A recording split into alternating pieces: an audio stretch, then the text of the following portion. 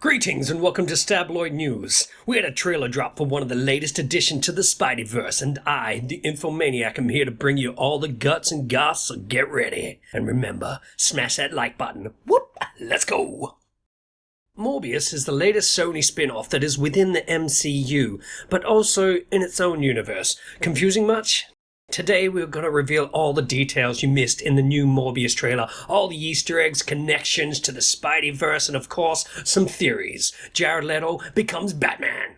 Well, a man that's kind of batty. Directed by Daniel Espinosa, who directed Life, starring two Marvel actors Ryan Reynolds and Jake Gyllenhaal, that was also speculated could have been a prequel to Venom, made by Sony. The trailer's starting Morbius logo is drained like blood and in a smoky vision, kind of like what I think is his sensory vision. More on that later. The church shown here is a Greek Orthodox, and as you may know from the comics, Morbius has Greek heritage, and in this he may be an orphan, just so we can sympathize. You know, bad guy, trying to be good, kind of thing. Jared Harris, of Mad Men, appears to be playing some sort of father-type figure, who is a doctor, which is most likely why Jared Leto's character gets into the field, besides wanting to fix himself, of course. Together, they'll try to find the cure.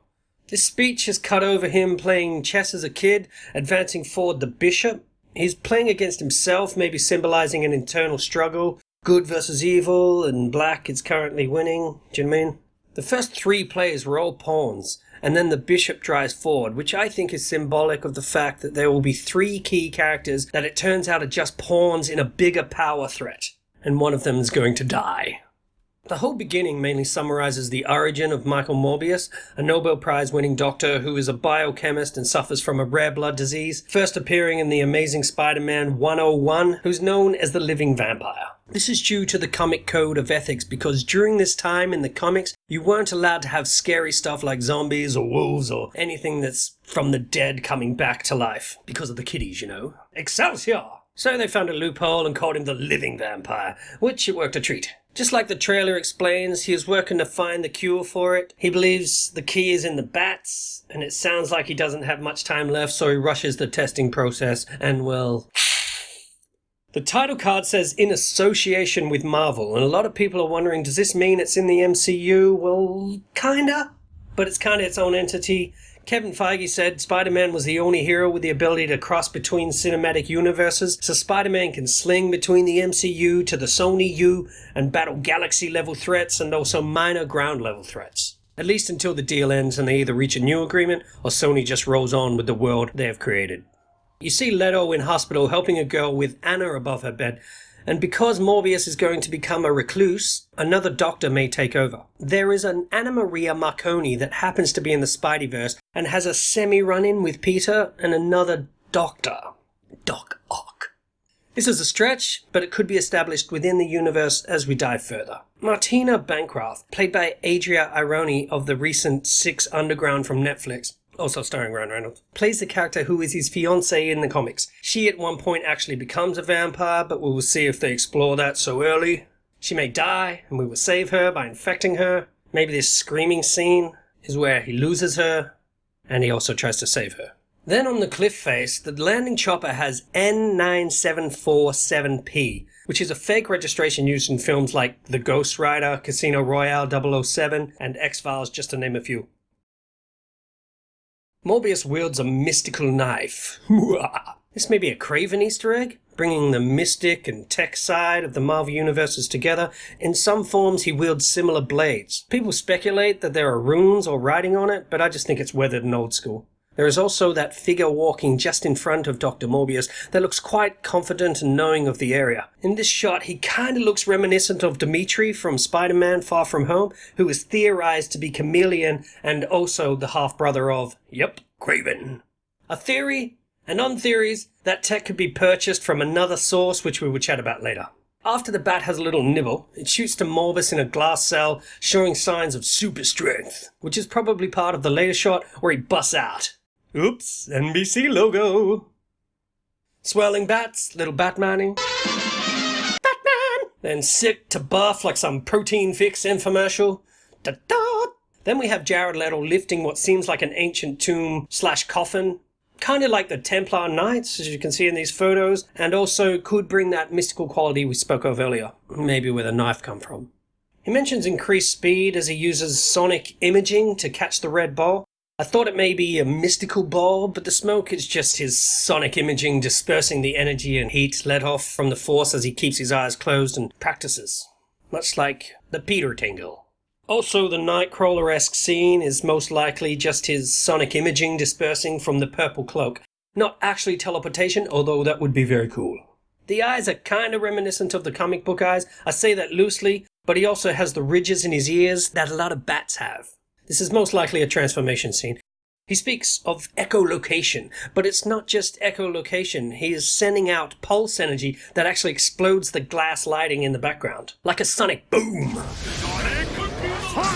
This could be epic. On the ship, he gets his claws out, still not as creepy as the Spider-Man in the laneway, and shows a montage of animalistic hunting and attacking. I think this ship is heading back to the island to collect and maybe militarize this new virus. Probably his nice old mate from the start. What a twist!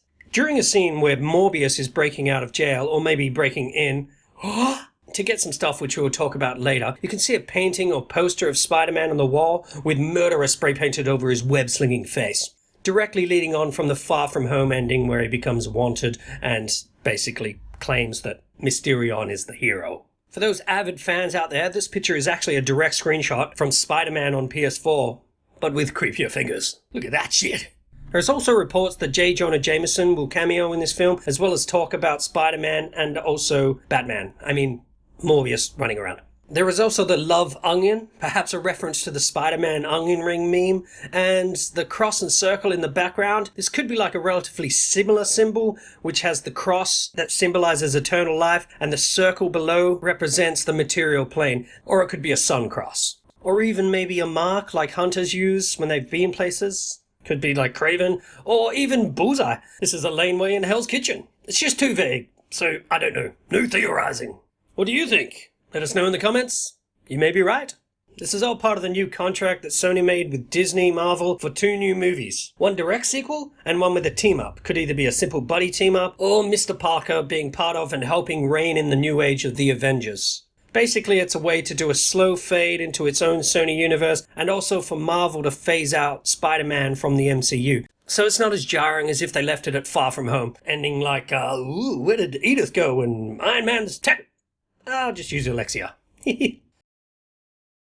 Tyrese, the actor who signed a 3-picture deal, is playing Agent Simon Stord. He has an android or mechanical arm, unlike in the comic book, and he is standing with Al Madrigal, if that's how you say that, of Night School and Showtime's dark comedy I'm Dying Up Here, playing Agent Alberto Rodriguez. We have a tiny shot of Matt Smith, the 11th Doctor, playing Loxius Crown, or Locius Crown. I'm going to say Loxius. Loxus. Another wanting to become powerful and pale as hell. At the end of the trailer, Morbius comes in contact with Adrian Toomes, the Vulture, played by Michael Keating, also Batman, where I think he is getting access to tech for that Batcave sequence, in return for freeing him. Cue the Sinister Six. Dun dun dun! He's either just meeting him as Morbius escapes and leaves a slew of bodies and freedom, or it was a deal from the orange jumpsuit scene, because orange is the new black. Batman! He says, hey, what's up, Doc? Which is a reference to Bugs Bunny, and also because he's a doctor. This could also be where Cletus Cassidy gets free and becomes Carnage if they decide to change the origin story instead of lab testing, which is very similar to the whole science-y side of the first Venom. What did I miss? Got any theories? Tell us what you know now! Alright, be sure to subscribe as we bring you all the gory details and entertainment and beyond. Stab yous later, and remember, stay wicked.